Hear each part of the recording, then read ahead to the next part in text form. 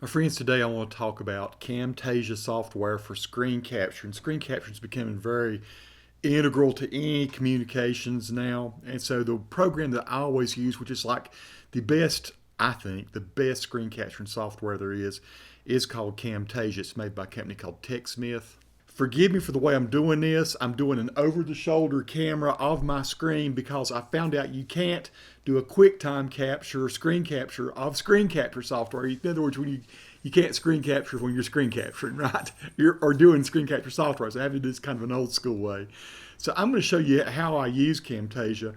Down here in the bottom, you'll see I have the Camtasia software icon. And when you first bring it up, it pulls up this little menu, which is how you get started. And most people are going to start with what they call a new recording. They're not going to try to do a project. They need to do a recording first. I'll show you what's really special and cool about this software. So I'm going to choose new recording. And what's going to come up is it's going to come up with some controls here.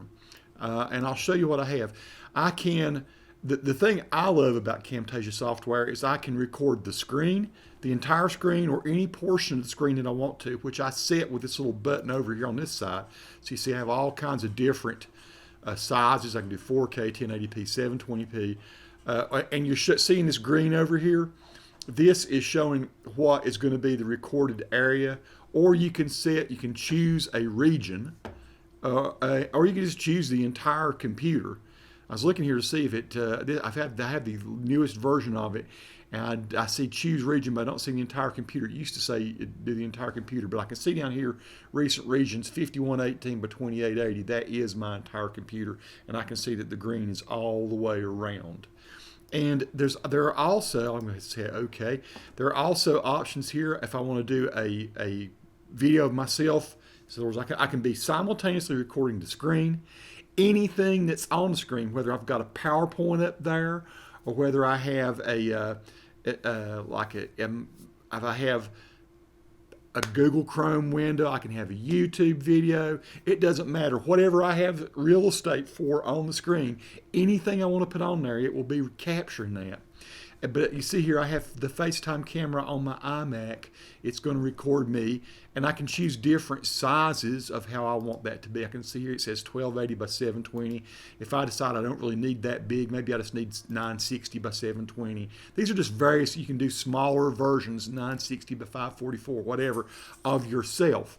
Now it will be recording this entire 5118 by 2880 of the computer screen when I go to record that. The other thing that's really cool, so you can see it's using a built-in microphone. Now, if I had an additional microphone hooked up to this, sometimes I have a Scarlett that's connected to a mixing board, or sometimes some other kind of USB microphone that sounds better than what my FaceTime or than my built-in Apple mic. I can go here and choose that. You see, I have an Epicam microphone that's part of my iPhone, but I'm not going to choose that. I'm going to leave the built-in microphone for now. And then you have this thing called system audio. Now that's going to record anything that's coming out of your computer. So in other words, if you're playing a YouTube video for somebody, if you're playing some music or something, if you're playing somebody else's presentation, any of the audio you're hearing coming out of the speakers on your computer, that's not what's coming out of you and going into the mic, but what's coming out of the speakers, right? It's going to record that. Now, I will say this: the first time you get Camtasia and record with it, this will be disabled. You have to download a little plug-in that's easy to do. It puts a little question mark there and says, do you want to download it? And you click on it, and then Camtasia handles that for you. But it doesn't automatically come up that you can record system audio, but you got to have that. To me, it's just awesome to be able to do that, to record anything that's on the screen, any of the audio, other people's videos or whatever. So I'm going to go ahead and I'm going to start recording, and I'm going to show you how this works. When you start recording, it's going to give you a countdown, a 3, 2, 1. So watch what happens here. Waiting. It says 3, 2, 1. Now, right now, I'm recording two sources. I'm recording everything that's on my computer screen, and I'm also recording a 960 pixel wide version of me that I can go. It's a separate video, totally separate video stream that I can move around anywhere I want to on the screen for my final edit of the video that I share with the world. So let's say I want to pull up my YouTube channel. Let's just have some fun here. So right now, anything that's on that screen is being pulled up, right? I see Rick Beato has just made put a new video out. I'll go check that out later. But here I'm going to go to YouTube. I'm going to go to my channel. And so right now it's recording Kevin Patterson, my video. I'm going to pause that for a minute. But any video I want to play here, I am playing a country blues thing. Let's watch just a little bit of this.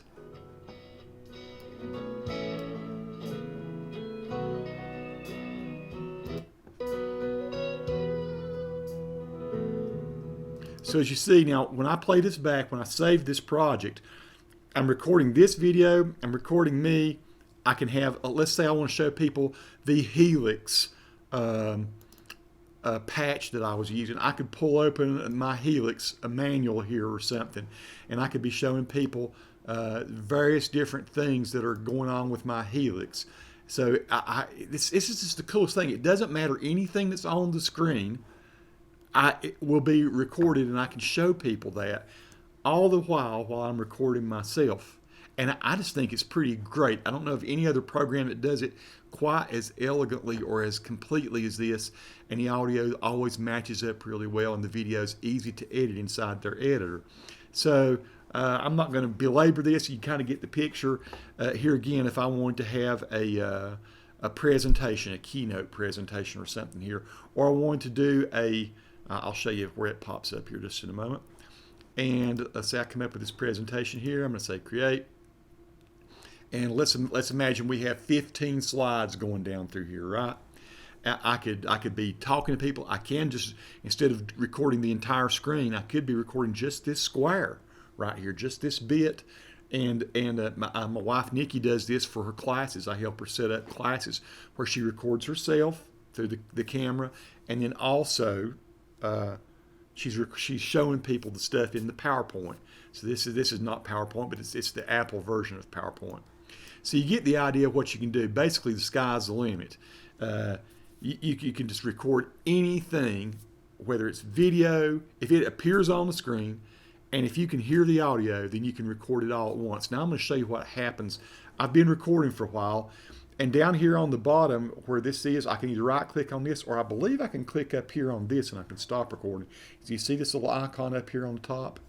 That is the Camtasia icon. I can see hit stop recording there, right? Now when I hit stop recording, watch what happens. It's going to open up what we just recorded in an editor. And so here is what happens. I'm going to close these things that are in the background here so we just don't cause confusion. Let me close a few things here. So now all we're seeing is the editor. And I could go ahead and make that larger if I need to. And I see down here, here is the video of me talking. Now this video of me talking can be totally taken off the screen, or it can be placed anywhere we want to. Let's watch just a little bit of this. I'm going to hit play. Right now I'm recording two sources. I'm recording everything that's on my computer screen. So here's what happens. Look at this. So I could put this, if I needed to use the space over here, the real estate over here, I could move myself off the screen. See what I've done here? I've moved it off, so I'm not even on. I can resize this. So I can be bigger on the screen if I need to. I can be in the center of the screen. Let's just go ahead and do a little bit. So I've just done a little bit of that. Let's hit play again. It's on my computer screen, and I'm also recording a 960. So let's say that I want to move myself to another location at this point. I can go over here where the timeline is, and I can right click here and I can say split at playhead. Now I got two video sources. I got the top one, which track 2 here is me, that's me, and track 1, which is underneath, that's the entire screen that I have. So I've got to cut both of them. I'm going to right click on this one, I'm going to split at playhead on this. And so let's say at this point I want myself somewhere else. This is a timeline going from left to right. Here's the beginning and here's the end of the video. Oh, okay, so you can zoom in on my Mac just by pushing the mouse up or down this way with your finger, right? So I can zoom in a little bit this way if I want to. That's how I usually do it. But it looks like you got scale over here too, right? Oh, that's the scale in that. So I'm going to scale that particular object down a little bit, and I'm just going to drag myself over here. I can put myself anywhere I want. I can actually, I believe, if I hold shift down, can I crop? No, I can't. Command Z. I think I can crop this though. Look at this. I can enable crop mode. You see this right here? Enable crop mode. And then I can actually crop myself and say, I don't want all that stuff around me, all that background things. I just want to be just a kind of tiny little box here that appears on the screen. So now watch what happens. When I go over here to my edits, I'm on the screen in the middle. I hit play. A wide version of me that I can go. It's a set. And then I go over here. And then let's say I want to cut out all this yada yada of me. I'm gonna right click here, split at playhead, split at playhead, and then I'm gonna pull over to here. And I want to come up to where I have the YouTube channel on there. I'll get past where Kevin's talking. So we'll go to right here, and I can split at playhead,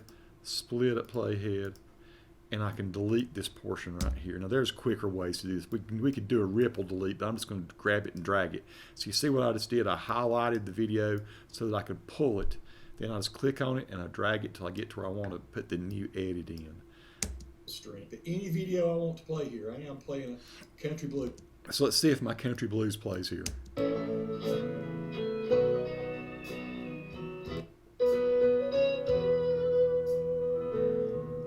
So as you see now, when I play this back. So I can create a video here showing all the stuff that I've just made and put on the screen.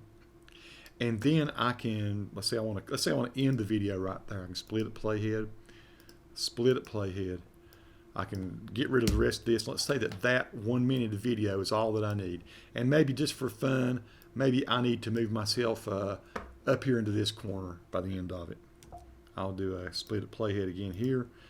And again, as we've shown earlier, you can pull it up here and I can make myself larger or wider. I know I'm in crop mode. I need to come out of that. We'll say disable crop mode at this point, and now I can size myself up or down. And so there you go. All I've got to do now is export it in some way that the world can see it, right? So you've got an export button up here. So let's say I hit export, and you've got YouTube, you got Vimeo, different ways you can do it. If you choose YouTube, you know, if you want to do that, then that would mean you're going straight into YouTube, and you could do it that way. That's not typically the way that I do these things. But if I were signed in, it would go straight to my channel, and I'd be able to handle some of the settings that would be optimized for YouTube. For now, I'm going to show you how to export just a local file, which is just an MPEG video file, which is what most people save their videos as. So this is going to be an MP4. That's the most common video format that people use on the web. And I'm going to call this Tony Example. And I can click this options button right here. You see this options button? And I can tell it to be different sizes. Right now I have 1920 by 1080, which is 1080p. Or I could choose a custom size. I could choose to do it 3840 by 2160, which is 4K, and it shows you here what these different formats are. Most people, I think, are going to do 1920 by 1080, which is the high definition that we're all mostly familiar with. So I'm going to go ahead and choose that. And you can choose how good the audio quality is. And this all affects the size of the video. So if you wanted to go down to 256 or 128 or something with your audio quality, you could do that. I usually leave it at the highest version, which is 320. And then you also got a thing called kilobytes per second. If you wanted your video to be super high quality, you can go up to as high as, I think, 30,000. It shows here. You can go from 64K to, which would be very low quality, to 30. I usually go 8 to 10, so I'm going to leave that at 8 for this. And I can say OK, and then I'm going to have it. I'm going into the desktop here. I've got it set for desktop, but you can set it for any of your hard drives that you have, or a folder, create a new folder in your My Documents or whatever. It really doesn't matter. It goes anywhere you want it to go, but I've got it set to go on the desktop. So I'm going to say export, and now it takes it a little while to render video. If you've got a big long video presentation, it might take longer because it is rendering out large video files and superimposing your face onto it if you want on there. Now the other thing I did show you, you don't have to be on the screen the whole time. You can pull your face off the screen and it still hears your audio. You can still be recording or playing back your audio commentary. Should have shown you that, but I think you get the picture. So as long as I drag it off the stage, if my video's here and I wanted to drag it out over here somewhere, the audio would still be playing, people could still be hearing my commentary, I just wouldn't be on the screen. So pretty soon here we're going to have a produced video, and I'll show you how that's going to look. So it says it's finished, and it says Reveal in Finder. I'm going to go ahead and say Reveal in Finder. For a moment, I'm going to minimize this, so I'm going to click the little minimize button here so we don't have it. And then I can see that here on my desktop I have Tony Example 4. I'm going to go ahead and close this. And here is the video that we just edited. And to show you that we can hear it. Right now I'm recording two sources. I'm recording everything that's on my computer screen, and I'm also recording a 960 pixel wide version of me that I can go. It's a separate video, totally separate video stream. But any video I want to play here, I am playing a country blues thing. Let's watch just a little bit of this.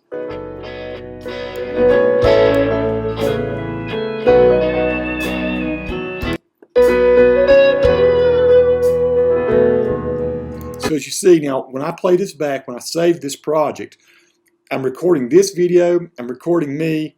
I can have, let's say I want to show people the Helix patch that I was using. I could pull open my Helix manual here or something, and I could be showing people various different things that are going on with my Helix. The thing I wanted you to see is how powerful that could be. You could have presentations on there, you could have PDFs on here, you could have multiple, you could have 3 or 4 different YouTube videos queued up to show people. You could be doing commentary about anything. As I say, my wife Nikki typically just puts a PowerPoint on there that she's prepared. She records herself, and then what we do is we position her face wherever it's most convenient, where it doesn't cover up the source material she's trying to talk about. And then once we've exported the file, a local file, then we upload it to YouTube, and we either make it listed or unlisted so that people can either find it, or if it's for teaching purposes, a lot of teachers will use this. Maybe you keep it unlisted and you just put it into coursework, the resources for coursework, where kids can click on it or students can click on it and see your video presentations. To me, this is one of the best ways possible because it's super flexible. The other thing I didn't show you yet, which I could go back real quickly, and this probably deserves another video, is that you have all kinds of different transitions and things. So let's say we wanted to have a cross dissolve or something between these two shots that I've got here as I scrub across them. You've got transitions, and you can click on it. You can see that you've got fades and dissolves. If I want to drag a dissolve down here and put it on that, then these two will dissolve one into the other. Watch what happens. Version of me. That's kind of a weird dissolve. I don't know if I like that one. Typically, I might use more of a, maybe it's a fade is what I was thinking I should use. And I can delete what I did, or undo. Command Z undoes that, what I just did. And maybe I wanted to do a fade. Let's see if fade's what works. That's more like what I was hoping to get. Pixel wide version of me that I can go. So you see what happens. You've also got all kinds of other stuff. You've got libraries of lower thirds, icons. Like if, for instance, say we want a lower third, if we click on that, then I can go here and I can click, bring a lower third in and put that over the top of this. What a lower third is that's the name and everything that you can have, and you can go in, you can edit those things. You have controls up here on this side where you put what the title is. You can change the text. You can decide how big it needs to be by just dragging it out here. So let's say that I wanted a topic to come up on the screen. There you go. Here again, these are all, I just want you to understand the power of this. So it's just as much a video editor as it is a screen capture program. There are even cool cursor effects, animations, all these behaviors. It's almost too much for me to try to show you at this point. So that could be another video, but this is an intro, and just so people can know how to do some very, I guess, sophisticated screen capturing, videos of yourself, multiple sources, and with really high quality audio in the end result, which makes you look very professional. Hopefully this has been nice for you to see. Go to TechSmith, take a look at it. They have tutorials and all there. I just want to show you from a real world point of view kind of how we use it. Peace to all who watch. Subscribe to the channel if you like. I'll do a follow-up video on this to show some of the finer points of how you can edit in Camtasia. Thanks.